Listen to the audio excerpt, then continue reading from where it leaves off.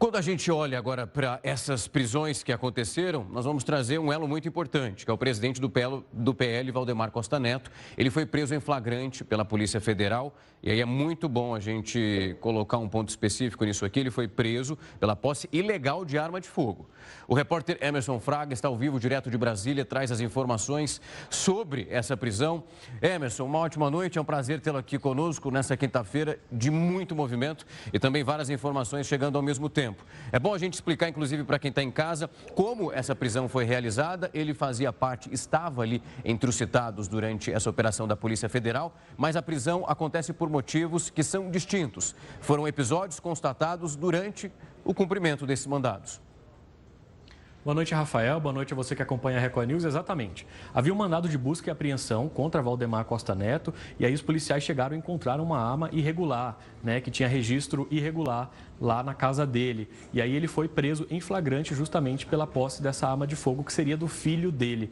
Foi encontrada também uma pepita de ouro, supostamente de ouro, que os agentes estão periciando ainda e vão investigar a quem pertence essa joia aí que foi encontrada com Valdemar Costa Neto. Ele, que é presidente do PL e se intitulava também presidente da coligação do ex-presidente Jair Bolsonaro, era o principal fiador dos questionamentos ao processo eleitoral, segundo aponta o relatório da Polícia Federal. Ele seria a peça-chave do chamado Núcleo de Desinformação e Ataques ao Sistema Eleitoral.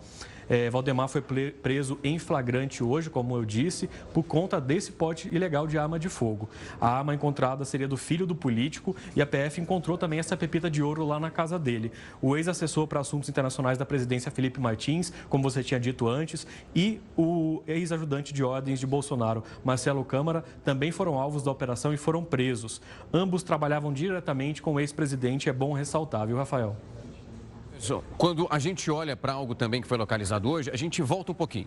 Nós vamos falar daqui a pouco de Anderson Torres, ele que foi ex-ministro e também atuou no Distrito Federal. Nós falávamos no ano passado e também durante as investigações sobre uma minuta de golpe que foi localizada, pelo menos próximo a pertences dele. Na época ele disse que desconhecia esse papel, que ele foi encontrado ali de uma maneira aleatória, que já deveria inclusive ter ido para o lixo. Hoje, mais uma vez, durante essa operação, agora a Polícia Federal encontrou na sede do PL uma outra minuta de golpe e, pelo que nós acompanhávamos e ouvíamos aqui, inclusive num local onde o ex-presidente Bolsonaro tinha acesso. Exatamente, Rafael. Essa minuta de golpe teria sido encontrada na sala de trabalho de Bolsonaro, na sede do PL em Brasília. O PL é tido pela Polícia Federal, pela investigação, como responsável aí pela junção, pela coordenação desse núcleo que tentava desarticular aí as eleições de 2022, que tentava tirar a credibilidade do processo eleitoral aí que foi feito em 2022.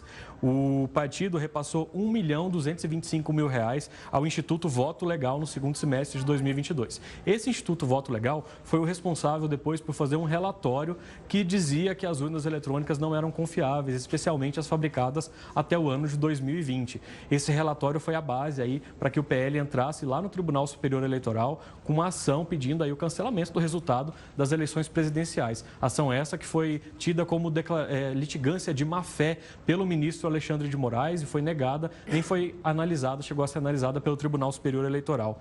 Esse instituto divulgou o relatório dia 15 de novembro de 2022 e dia 22 de novembro o PL entrou com essa ação lá no TSE.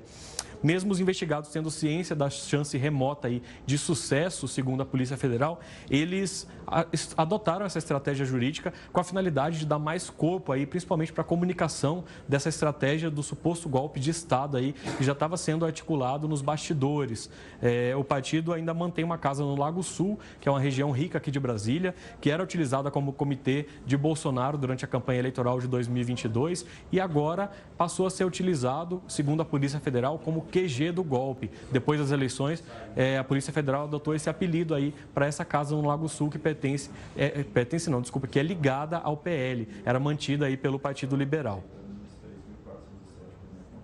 Específica, nós acompanhamos nomes de ex-militares, acompanhamos todos eles tendo uma citação dentro desse processo. Quando nós olhamos para os militares, foram pelo menos 16 que foram citados.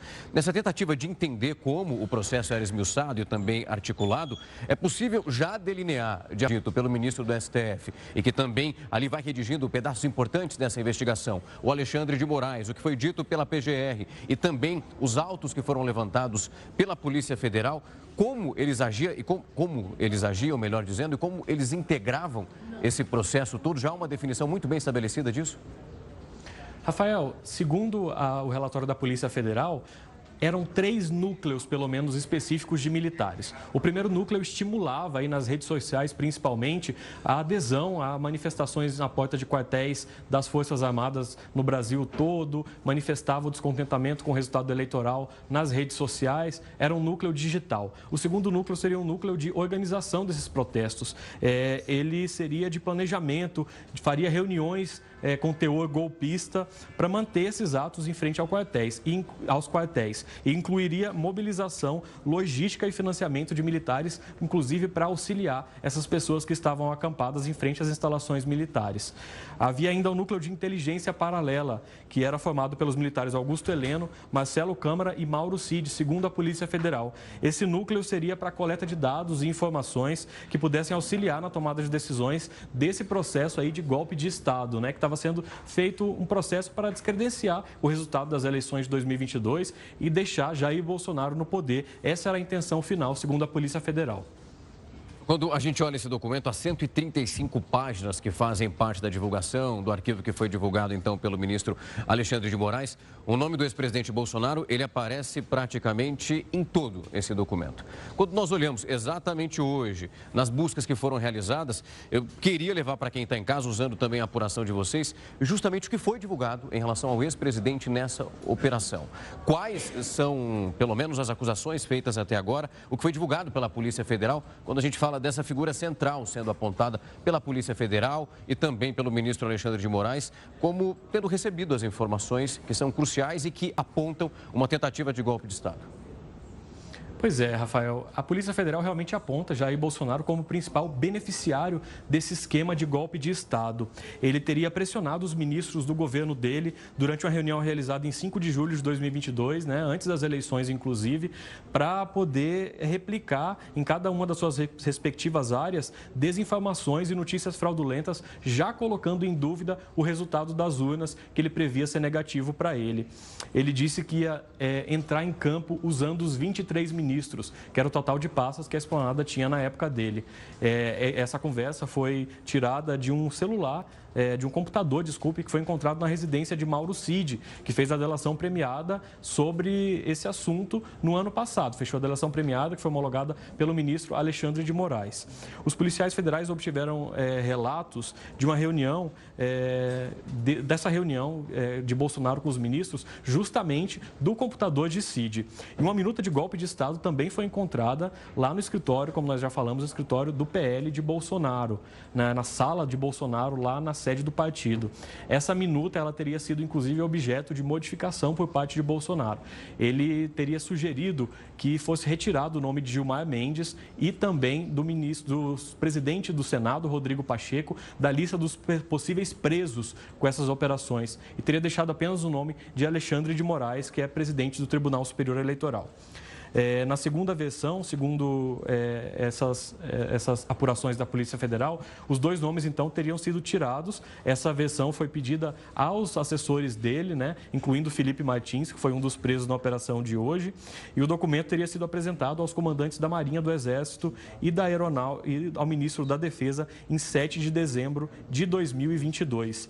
Ainda não se sabe se o documento era o mesmo encontrado lá na casa do Anderson Torres. Isso é bom frisar, porque no ano passado, quando o ministro Anderson Torres chegou a ser preso por suspeita de um golpe de Estado também, foi encontrada uma minuta lá na casa dele de decreto estabelecendo aí um regime autoritário no país.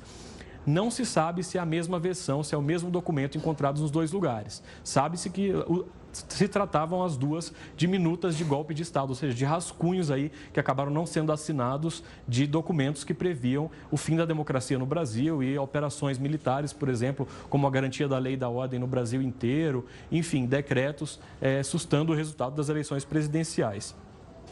As investigações da Polícia Federal informam ainda que Moraes foi monitorado por assessores de Jair Bolsonaro ali no período de dezembro de 2022, aquele período crucial ali do fim do mandato de Jair Bolsonaro à frente da presidência da República. Esse núcleo que monitorava seria composto pelo ex-ministro da Justiça Anderson Torres, o advogado Amaury Saad, o padre José Eduardo de Oliveira e Silva e o militar e ex-ajudante de ordens Mauro Cid. Seria um núcleo chamado núcleo jurídico desse esquema de golpe aí, viu? Esse núcleo seria responsável, inclusive, por entregar esse rascunho de golpe e fazer alterações a pedido do Bolsonaro. O documento teria sido entregue pelo ex-presidente justamente por Felipe Martins e por Amaury Saad. A PF foi também à casa do ex-presidente Angra dos Reis, no Rio de Janeiro, onde apreendeu o celular de Técio Arnaldi, um dos ex-assessores dele. Os agentes informaram sobre a determinação da apreensão do documento nessa minuta de golpe, que não estava na residência. E também sobre a apreensão do passaporte de Bolsonaro, que não estava também na casa de Angra dos Reis. O Bolsonaro já entregou, a defesa dele já entregou o passaporte, né, que foi apreendido pela Polícia Federal, então ele está aí impedido de deixar o país. E a defesa dele entregou aqui em Brasília esse passaporte à Polícia Federal. E Bolsonaro está, inclusive, proibido de manter contato com outros investigados nessa operação aí da Polícia Federal. Então, o Bolsonaro é uma figura central nessa questão, tanto por ter sido o alvo, né, principal dessa tentada de tomada de poder, quanto por ter sido encontrado agora nesse mandado de busca e apreensão no escritório que ele estava usando no PL, uma minuta de golpe de Estado, são dois documentos, na verdade, né, que juntos fariam uma tomada de poder no Brasil e Bolsonaro continuaria no poder, não deixaria o escritório da Presidência da República e seguiria aí comandando o país de forma autoritária, segundo a Polícia Federal. Rafael.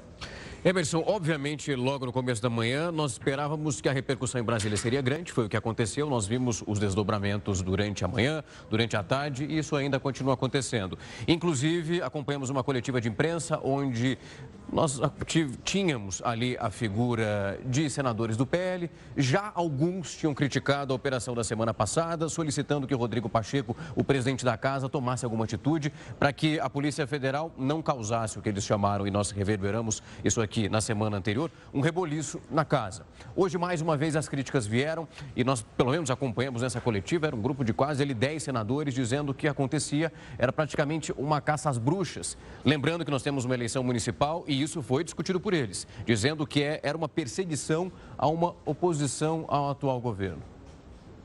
Pois é, o Rogério Marinho, líder da oposição no Senado, disse que qualquer estudante de direito sabe que uma pessoa que é vítima não pode ser investigador, não pode conduzir uma investigação.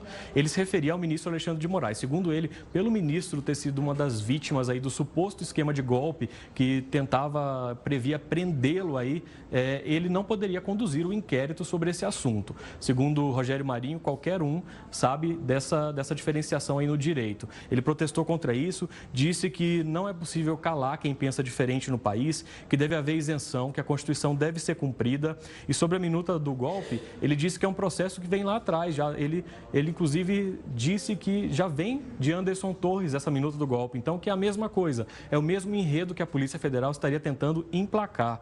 Segundo ele, é um contorcionismo jurídico para inibir a oposição brasileira. O Carlos Potinho, líder do PL no Senado, disse que não houve nada concreto, apenas indícios e cogitação, e que cogitação não é crime. Segundo ele, não teve nenhum ato assinado pelo Executivo, nenhuma tentativa do presidente Jair Bolsonaro concreta de dar um golpe de Estado, então isso tudo não passaria de especulação. O ex-vice-presidente da República, Hamilton Mourão, que é senador pelo Rio Grande do Sul, diz que conhece o general Augusto Heleno há décadas e que ele não seria capaz nem de monitorar ilegalmente, nem de apoiar um gabinete ali de inteligência paralelo dentro da presidência da República. Nós vamos ouvir agora um trecho da fala do senador Rogério Marinho na coletiva. Então, até em defesa da democracia brasileira, é importante que nós tenhamos um processo isento. É importante colocar para vocês que nós reafirmamos que ninguém está acima da lei. Ninguém está. nem eu, nem os senadores que aqui estão presentes, nem o presidente Lula, nem o ex-presidente Bolsonaro, nem tampouco o ministro Alexandre de Moraes. Mas a lei, a Constituição, o Estado de Direito, o devido processo legal, a forma adequada de se fazer uma investigação. Não é possível nós assistirmos uma investigação em que claramente aquele que é vítima, a pretensa vítima dessa ação, é quem conduz o inquérito. Não é possível nós imaginarmos que haverá imparcialidade nesse processo. E as ações espetaculares que estão se sucedendo mostram que há uma espécie de método. E isso é intolerável, porque isso fragiliza a democracia. Emerson, obrigado pelas informações, um resumo do que a gente está vendo, os desdobramentos que ainda acontecem. Se tiver qualquer outra informação, tem espaço aberto, é só nos acionar, que claro que nós estamos acompanhando minuto a minuto essa operação importante da Polícia Federal, envolvendo nomes que nós conhecemos muito bem, entendendo, pelo menos tentando decifrar quais são os próximos passos. Muito obrigado, meu amigo, bom trabalho por aí.